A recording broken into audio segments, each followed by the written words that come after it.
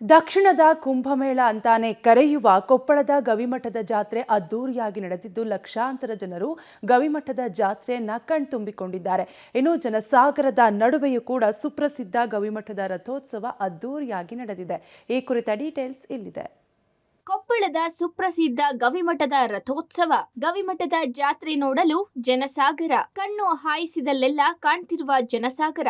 ಕಣ್ಣಿಗೆ ಹಬ್ಬದಂತೆ ಕಾಣ್ತಿರುವ ಜಾನಪದ ಕಲೆಗಳ ಸೊಬಗು. ಮೈದಾನ, ಬೆಟ್ಟ, ಕಟ್ಟಡ ಎಲ್ಲಿ ನೋಡಿದ್ರೂ ಭಕ್ತ ಸಾಗರ. ಈ ದೃಶ್ಯ ಕಂಡು ಬಂದಿದ್ದು ಕೊಪ್ಪಳ ನಗರದಲ್ಲಿರುವ ಸುಪ್ರಸಿದ್ಧ ಗವಿಮಠದಲ್ಲಿ.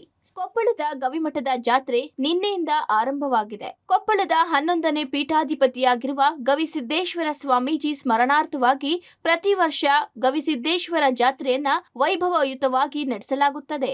ಜಾತ್ರೆಯ ಅಂಗವಾಗಿ ರಥೋತ್ಸವ ನಡೆಯಿತು. ಲಕ್ಷಾಂತರ ಭಕ್ತರು ರಥೋತ್ಸವ ನೋಡಿ ಪುನೀತರಾದರು. ಪ್ರತಿ ವರ್ಷ 5 ಲಕ್ಷಕ್ಕೂ ಹೆಚ್ಚು ಭಕ್ತರು ಗವಿಸಿದ್ದೇಶ್ವರ ರಥೋತ್ಸವದಲ್ಲಿ ಭಾಗಿಯಾಗ್ತಾರೆ. ಹೀಗಾಗಿ ಕೊಪ್ಪಳ ಗವಿಮಠದ ಜಾತ್ರೆಯನ್ನ ದಕ್ಷಿಣದ ಕುಂಭಮೇಳ ಅಂತ ಕರೆಯುತ್ತಾರೆ. ಈ ವರ್ಷ ನಡೆದ ಜಾತ್ರೆಯಲ್ಲಿ ಕೂಡ 5 ಲಕ್ಷಕ್ಕೂ ಹೆಚ್ಚಿನ ಭಕ್ತರು ಭಾಗಿಯಾಗಿದ್ರು. ಚಿತ್ತಾಕರ್ಷಕ ರಂಗೋಲಿ ಹಾಕಿದ್ದ ರಥ ಬೀದಿಯಲ್ಲಿ ರಥವನ್ನ ಎಳೆದು ಗವಿಸಿದ್ದೇಶ್ವರನಿಗೆ ಜೈಕಾರ ಹಾಕಿ ಭಕ್ತರು ಸಂಭ್ರಮ ಪಟ್ಟರು.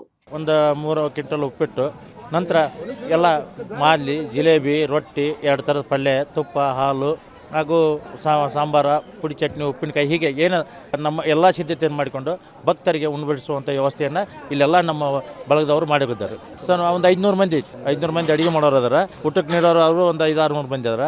ಎಲ್ಲ ರೀತಿಯಾಗಿ ಇಲ್ಲಿ ಸುಮಾರು ಒಂದು 1500 ಮಂದಿ ಒಳಗೆ ಈ ದಾಸೋಹದಲ್ಲಿ ಸೇವೆ ಮಾಡ್ತಾರೆ.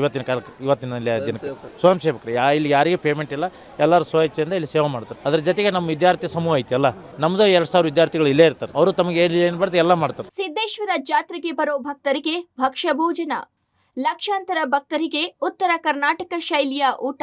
ಗವಿಮಠದ ಜಾತ್ರೆಯ ಸೊಬಗನ್ನ ಕಣ್ತುಂಬಿಕೊಳ್ಳಲು ರಾಜ್ಯವಲ್ಲದೆ ದೇಶದ ವಿವಿಧ ಭಾಗಗಳಿಂದ ಭಕ್ತರು ಆಗಮಿಸಿದ್ರು. ಈ ಜಾತ್ರೆಯ ಮತ್ತೊಂದು ವೈಶಿಷ್ಟ್ಯ ಮಹಾದಾಸೋಹ.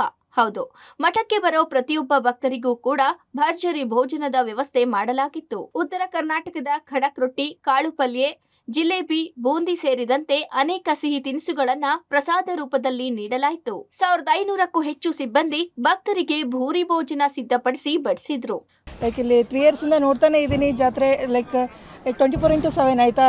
ರೊಟ್ಟಿ ಆಗಲಿ, ಮಾದಲಿ ಆಗಲಿ, ಜಿಲೇಬಿ ಆಗಲಿ, ಎಲ್ಲ ವೆರೈಟಿ ಪಲ್ಯಗಳು ಮಾಡ್ತಾರೆ, ಎಲ್ಲ ಸ್ವೀಟ್ಗಳಿರುತ್ತೆ. ಆಮೇಲೆ ಲಕ್ಷಾಂತರ ಜನರಿಗೆ ಆಮೇಲೆ ಇಷ್ಟು ನೀಟ್ನೆಸ್ ಮೇಂಟೈನ್ ಮಾಡ್ತಾರೆ ಅಂತಂದರೆ ಜನಗಳಿಗೆ ತೊಂದರೆ ಆಗದಿರಂಗೆ ನೋಡ್ಕೊತಾರೆ. ಕ್ಲೀನ್ಲಿನೆಸ್ ಆಗಲಿ ಈ ಥರ ಎಲ್ಲೂ ನೋಡಿಲ್ಲ ನಾನು. ಆ್ಯಕ್ಚುಲಿ ಯಾವ ಜಾತ್ರೆಯಲ್ಲೂ ನೋಡಿಲ್ಲ.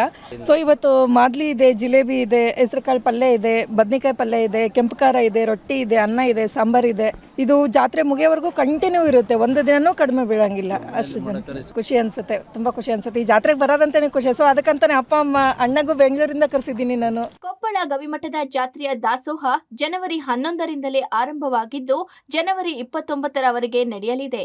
ಅಪಾರ ಜನಸಾಗರದ ನಡುವೆ ಕೊಪ್ಪಳದ ಸುಪ್ರಸಿದ್ಧ ಗವಿಮಠದ ರಥೋತ್ಸವ ಅದ್ದೂರಿಯಾಗಿ ನೆರವೇರಿದೆ. ಮುಕ್ಕಣ್ಣ ಕತ್ತಿ, ಪಬ್ಲಿಕ್ ಟಿವಿ, ಕೊಪ್ಪಳ.